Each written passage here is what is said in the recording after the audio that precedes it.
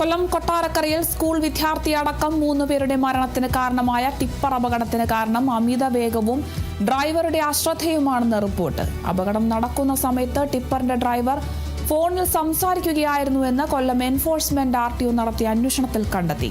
ഇന്നലെ ഗതാഗത കമ്മീഷണർക്ക് നൽകിയ റിപ്പോർട്ടിലാണ് കണ്ടെത്തൽ. കുത്തനെയുള്ള ഇറക്കം ഇറങ്ങി വരുമ്പോൾ പാലിക്കേണ്ട വേഗ മാനദണ്ഡം പാലിച്ചില്ല. 56 കിലോമീറ്ററിലും അധികമായിരുന്നു അപകട സമയത്ത് വാഹനത്തിന്റെ വേഗത.